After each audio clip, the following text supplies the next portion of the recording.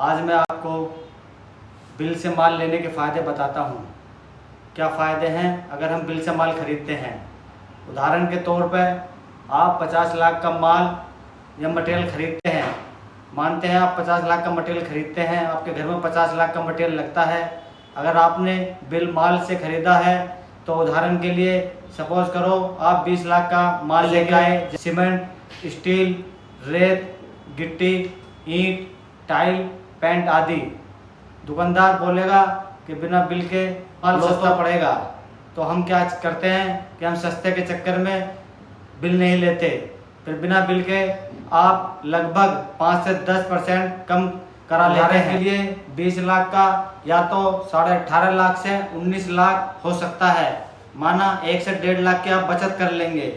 अगर बिल के साथ खरीदा है तो आप उसी मटेरियल पर जीएसटी 5 से 18% लगने के बाद आपका जो एक्स्ट्रा 1 से 1.5 लाख है, तो आपका मटेरियल कॉस्ट 20 से 21.5 लाख तक। मैं आपको बिल के फ़ायदे बताता हूँ। यदि आप सीमेंट आपका किसी कारण से खराब निकल बैग आपका खराब निकल गया तो 20 से 25 हज़ार का नुकसान हो सकता है।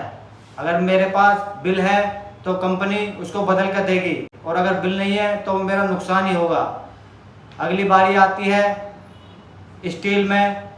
क्या होता है कि वेट बहुत कम होता है, वेट कम निकल जाता है, बड़ी होती है। सपोज करो 2 से 3 टन का फर्क आ गया तो 1 लाख का नुकसान मान के चलिए होगा। बिल है आपके पास, वो आपका 1 लाख रुपए का नुकसान बच जाएगा।